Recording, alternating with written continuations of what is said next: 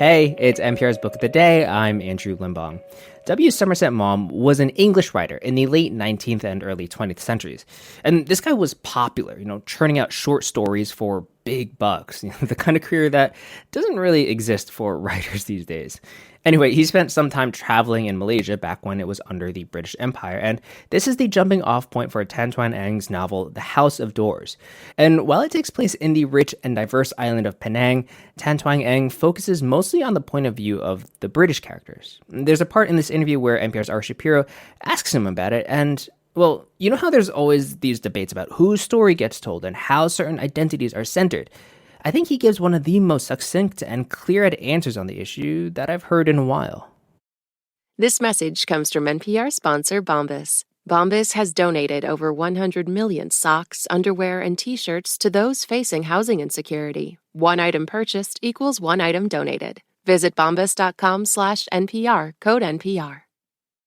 Support for NPR and the following message come from Live Right, publishers of Emperor of Rome. Historian Mary Beard, named the world's most famous classicist by The Guardian, chronicles the lives of Caesar, Caligula, Nero, and more. Emperor of Rome, available now. The author Tan Twan Eng writes historical fiction set in Malaysia, the country where he was raised. His newest novel, The House of Doors, revolves around a famous British author who spent time traveling in the region. The short story writer Somerset Maugham, known to his friends as Willie. The House of Doors has already made the long list for this year's Booker Prize, and Tan Twan Eng is here to talk with us about it. Welcome to All Things Considered. Hello there. It's very good to be here to talk to you all. This is the second novel that you have set on the island of Penang off the west coast of Malaysia, and you live there part-time. For people who've never been there, give us a sense of what it's like to walk through the streets of Georgetown, Penang's main city. It really feels like you're walking in Penang 100 years ago. The old shop houses are there. They've got the original names of the streets. A lot of the tradesmen and craftsmen are still working there, carrying on the jobs that their grandparents did. A lot of the food stalls, the street hawkers, they're still continuing the traditions started by their grandparents. So there's a sense of timelessness when you walk in the streets of Penang. And the only way you can really absorb and appreciate Penang is to walk there. I always tell people, don't drive, don't take the bus, don't just walk. And because Penang for centuries has been such a hub of international cross-currents, as you walk through the town, it's like you see the influences of Thailand and India and China and Japan and the British Empire and on and on and on. Yes, it's as I mentioned in my first novel, The Gift of Rain, you can cross worlds and cultures just by crossing a street.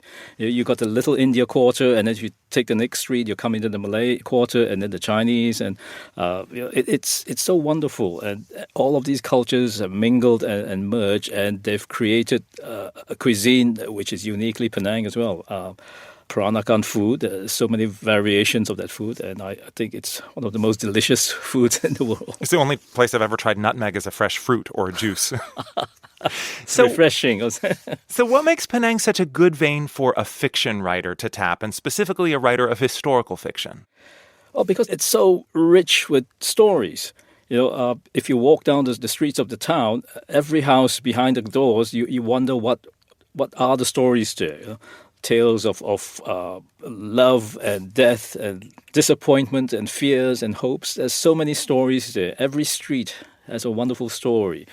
It's really a rich mine for any author to write about Penang. Well, this story, The House of Doors, revolves around a few events that actually took place in the 1910s and 20s. The great Chinese revolutionary Sun Yat-sen visits Penang. So does the British writer Somerset Maugham. And in another part of Malaysia, a married woman is on trial for killing her lover, which I take it was a case that captured the world's attention. So what did these events have in common that you thought could make them work together in one novel? The one thing they had in common was that these events are slowly being forgotten by readers today, especially the younger readers. For instance, the murder trial of Ethel Proudlock in Kuala Lumpur, which had taken place almost 100 years ago. Almost nobody today knows much about it. And I first came to know about it through the letter, Somerset Maugham short story. Which was, he wrote a short story about that trial. Yes, he based a short story called The Letter on the trial of Ethel Proudlock. I read the story in my teens and I found it very compelling, but I was even more interested when I found out that he had based it on this real-life trial, which had happened in the town I was growing up in. History is alive in Penang. It's not dusty and dry. It's living. All you have to do is just look for it. I think any time a novelist writes a character who's a fiction writer, readers are going to wonder about parallels. Yes. And W. Somerset Maugham, who's known as Willie, does not come off very well in this book. Do you see similarities between yourself and him? I think so. I think he comes up quite... I try to make him human. Yeah. I try to make him have a lot of weaknesses and flaws. And a lot of his problems as a writer I face as well. The problems with finding inspiration, the problem with finding... time to write. But he solves those problems by kind of betraying the confidences of the people around him who trust him, and then he skewers them publicly in his stories. He does, and yet people are aware of this tendency of his, and yet they still feel inclined to spill their guts to him. In one of his non-fiction writings, he mentioned that after he wrote some of his short stories, a lot of people were very angry with him for writing about them and not even bothering to change their identities. But there were also a lot of people who were even more angry that he did not write about them. The ones who were included were offended, yes, and the ones who were not offended, yes. were offended they didn't make the cut. I love it. Yes. That must make it easier to write about events that happened more than a century ago. You don't have to worry about offending the people you're writing about. I'm quite careful about offending their descendants. Really? Well, in a way, I don't want to make people unhappy or create a lot of misunderstandings. I want to present the character as authentic and accurate.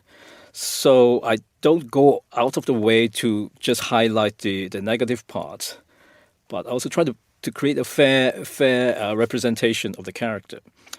Have you ever heard from the descendants of the people you've written about? You read my mind, because a few weeks ago I had an email from a lady in England, and she wrote and said, "My name is Siri, and I'm the great-granddaughter of Somerset Maugham. No. And I'm writing on behalf of my mother as well, Camilla, who is the granddaughter." And they thanked me for... They really enjoyed the book, and they enjoyed my depiction of Somerset Maugham, because it brought back a lot of good memories for them, especially for Camilla, the granddaughter, who used to spend her summers in Somerset Maugham's villa in the south of France. And they said that he was such a doting and loving and kind grandfather, despite the public perception of him as sour and grumpy and irritable. Wow. But they love it, and they thank me for bringing back Somerset Maugham to the readers' awareness again. So it was a treasure. Yes, it was a very moving email, very revealing, very open and very frank, and I was very moved by it when I finished reading the email. We've talked about what a rich place Penang is, where so many different cultures intermingle, and this story is mostly told from the perspective of the Brits, the British people who live there. What do you think we see by looking at the world through that particular lens? Well, we see how they felt that they were morally superior to the people they were ruling over during that time. And that was one of the weapons they used to justify their power. Because we're morally superior, we're much advanced technologically. That's one of the reasons why when the Ethel Proudlock case happened, so many British people were upset by that trial, because Ethel Proudlock showed that the white man and the white woman was not morally superior. She was involved in an affair, and she shot her lover, and she was the first English woman to be charged with murder in Malaya. And that trial showed everyone that the rulers, the Brits, were not in any way superior to anyone. Tan Twan Eng, his new novel is The House of Doors. Thank you so much for talking with us about it. It's a pleasure chatting with you, Ari. Here at Planet Money, we bring complex economic ideas down to earth. We find weird, fun, interesting stories that explain the way money shapes our lives. Inflation, recessions, the price of gas, we've got you. Listen now to the Planet Money podcast from NPR. This message comes from NPR sponsor GiveWell. Have you ever wondered where your donation could have the most impact? GiveWell was founded to help donors find evidence-backed organizations that are saving and improving lives. Donate at givewell.org. Pick podcast and enter NPR at checkout. Support for NPR and the following message come from Rosetta Stone, the perfect app to achieve your language learning goals no matter how busy your schedule gets. It's designed to maximize study time with immersive 10-minute lessons and audio practice for your commute. Plus, tailor your learning plan for specific objectives like travel. This holiday season, get Rosetta Stone's lifetime membership for 50% off and unlimited access to 25 language courses. Learn more at rosettastone.com/NPR.